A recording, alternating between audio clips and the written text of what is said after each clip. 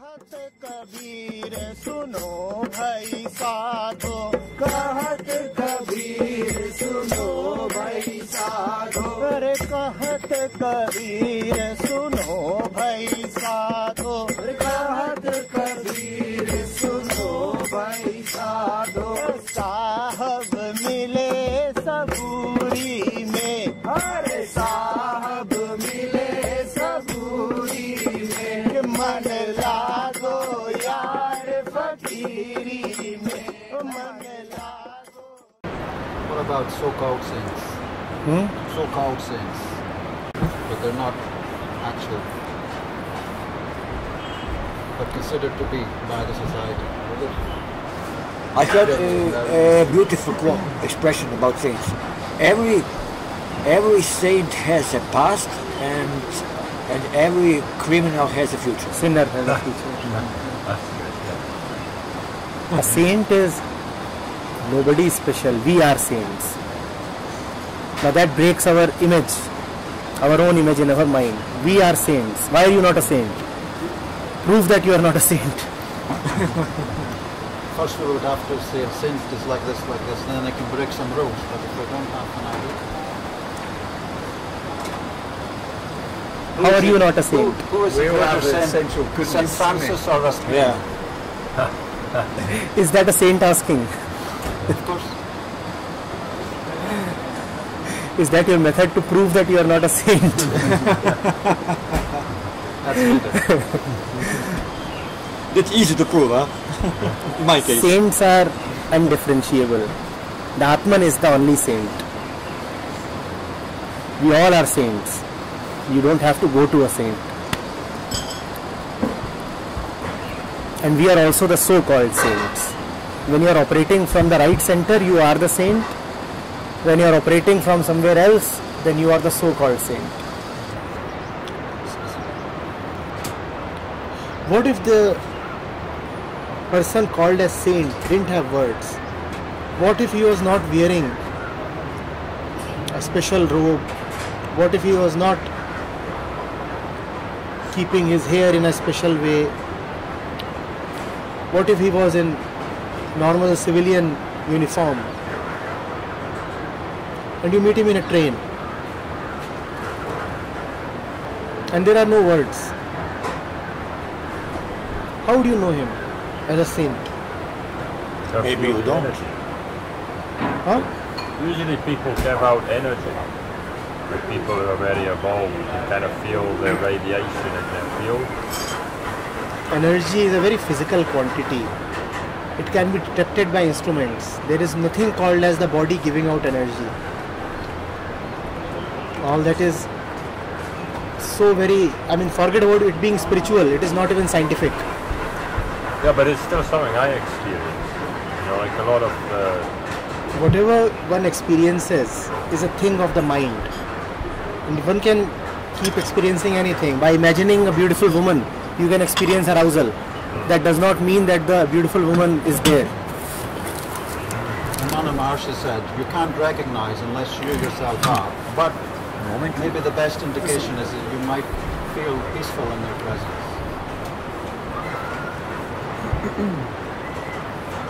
So the fellow is just there, wearing nothing special, wearing shirts, trousers, sitting adjacent to you in the train. How will that bring peace to you? Would any of these saints remain? My question is, would any of these saints remain if they are robbed of their vocabulary, their clothes, their prestige and their podium? What if they are sent to walk the streets and shop like a commoner? Do you think the shopkeepers would give them any special respect? But this is a social thing.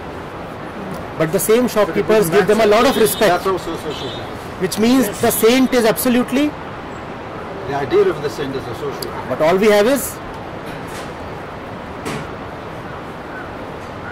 The word you want is ideas. Yes, ideas. Is the idea of a saint. Right, saint. And the fake saint feels a great need to conform to the idea. That's one mark of the fake saint. He knows very well that what he needs to do to be called a saint. The thing regarding darshan, the thing regarding energy, the thing regarding... But don't he? But I think that makes him then a saint. If he start to really act like a saint, maybe that makes him a saint. So to be a saint is to act like a saint. No. It's very cheap then to be a saint. No. I don't mean it like literally like that, but you know what I mean. No, but you have to There'd be answer. no recognition of the saintliness, but that wouldn't matter because recognition doesn't matter. If it's there, and that's in itself is. Then the But saint it could wouldn't be recognize the recognised as saint. such. The saint could recognize the saint. Well, what if the saint is someone, if we're going to label One simple something, question. Was Jesus acting like a saint? Was he wearing anything that distinguished him from the commoners? I don't think so. Did he rise to a podium to speak, or did he just sit anywhere? He performed miracles. That's acting like a saint. What are those miracles? Let's talk about any of them. Walking on Lazarus, water. walking on water. I can't really remember. I think he multiplied a load of food. Yeah, let's talk about him bringing Lazarus back to life. But one question, important one. If a saint is someone who only brings happiness and joy and things like that, then Jesus maybe is not such a saint, because such wonders can put something. Who says the saint only brings happiness? But let's say that's a usual idea. Jesus I think. says, I come. But these wonders can also put you in fear. Oh, look, he did something unusual. You know, maybe not everybody was. Just as energy is a physical quantity, you can measure it, you can store it, you can know it with absolute certainty. Similarly, things like walking on water are very, very physical things. When it is said that he had someone walk on water, all that means is that he had that done which is usually impossible. Similarly, when it is said that he brought Lazarus back to life, it only means that when you are living in a conditioned way, you are dead. And when you relieve somebody from his conditioning, then you have brought him to life.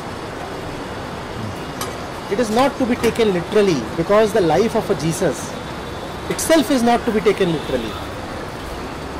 When it is said that he was the Son of God, is it a literal thing? When it is said that Mary is a virgin, is it a literal thing? None of the stuff associated with Jesus is literal. It is symbolic, and the symbol has to be understood. When it is said that he came back to life, is it possible to die and come back to life? It means something else. It means that you may try to kill the truth and crucify it 1,000 times, the truth would still be back. It is immortal. None of that is literal stuff. You cannot have a child coming out of a virgin woman. Yes, According to known laws of science. How? According to known laws of science. According to Prakriti, not known laws of science. Prakriti entertains nobody's interference, not even God's. That question is very important. One must keep coming back to it. Why does one feel the need to act like a saint? Krishna acted like Krishna. Jesus acted like Jesus. Why does one need the feel to act like a saint? It's just an idea in people's minds. Because one Is it wants, not deception? one wants the prestige of a saint. Is it not deception? And should one not be rejected for this very reason? If one is trying to act like a saint, should one not be immediately rejected for this very reason? Thrown in the ganges. He is already thinking, how can you throw him anymore? First of all, think Not of the something- utter it's suffering. not something real. First of all, think of the utter suffering that he himself is passing through. Wearing all the attire of the saint and acting like the Baba. He himself is living a very torn life. I don't know how he relates to his wife. Have you ever thought how that Baba relates to his kids and wife? So he himself is deeply divided, fragmented, torn. But outside there is the facade of the saint and darshan and the rest of it. What if he tries to give darshan to his wife? Huh? The wife has seen him. I mean, shouldn't we ask this? Here people are queuing up to have a look at you. Your wife has seen you naked 10,000 times. Is she enlightened? Maybe more enlightened. Maybe 10,000 times more enlightened. I noticed And here we are getting to touch only the tip of your hand. She has touched you, did everything that can possibly be done with a human body. What's become of her? And here people are crazily, oh, can I just touch you? But we don't want to ask these simple questions, right? The first proof of the saint and the darshan thing and the touch thing would be the wife and the kids. We want to see your wife and kids. We want to see how enlightened they are. That's an interesting point. I didn't think about it. But it's so I obvious. have to admit, I didn't think about it. But it's so obvious. Why don't you think about it? But the saint can say they are not ripe, They're not? ready for being enlightened. Why did you marry an unripe woman? Maybe he did it before he was enlightened. So why are you still carrying her when you are ripe? So she has to do her thing. But you are still acting as the husband. And he's giving her freedom. Prabdha karma. And if you are still carrying the load of your prarabdha karma, then are you free from your identities? Because karma drops for the one who has dropped the identity. He's not identified as husband only. If you are not identified as the husband, why do you spend your time there? Because it's his duty. If He you has still to, have a duty as a husband, where is your duty towards God? you think that The saint has only one duty, towards the truth. He knows no duty towards this and that. So you think a saint cannot have a family life? For the saint, the family is a very broad term. Yes, but I mean that's my opinion. A saint can in the same time have a family life like we, but in the same time, let's say care or be in this oneness we're talking about without. If you care for the kid in the other country and the kid next door exactly as much as your own kid, do you have a family? Yes, the whole world. Then can you call yourself a family man? Yes and no. But here we have people who are maintaining a family. The entire world is not really a family for them. We must ask these simple facts. That's what I have been reiterating again and again. Why do you talk of the immense and the infinite and the beyond? Why don't you look at the immediate fact?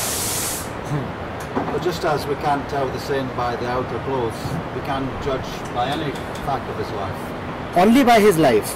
Only by his life. Only by his wife. Life. Wife. Only by his life. But we should ask his wife. We should ask whether there is a wife. But Because you're making a condition that a saint wouldn't have a wife. the saint won't live by the society, and the wife is totally a social institution. Shiva and Parvati. Shiva and Parvati. Shivan? Shiva and Parvati. Shiva never had a wife. Never. What do you think? The naked Shiva would have a well-decorated Parvati? Once in a while. No. At least three. Two or Then three he times. would not have her sit as a consort next to her. Fine, come and go. But now you're placing conditions on the truth, how it will express. The truth surely has one condition attached to it. It is the truth. And it is absolute. Wife or no wife. Wife or no wife, which means that the truth will not feel to have a wife for fulfillment. Not for fulfillment. Then for fun's sake, the truth will have an infinite number of wives, not one wife. What is this thing about that one woman? Why not the woman next door? I'm not saying that the truth is a celibate and won't touch a woman. I'm saying the truth won't touch one particular woman. Then the truth would be promiscuous. Here, there, everywhere. Well, Absolute. To defend your point, the lives of famous saints are always shrouded in all these rumours about them having sex with lots of different women. That is very obvious. So you're right, yeah. The river is having sex with the bank at all places. The river does not have one particular relationship. But if you are still maintaining a wife and a family, I want to know.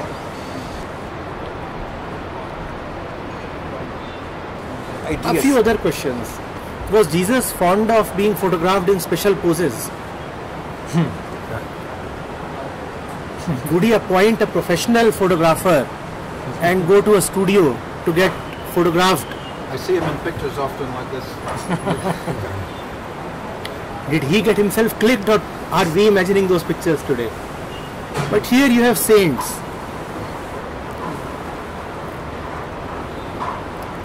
Russia was the greatest.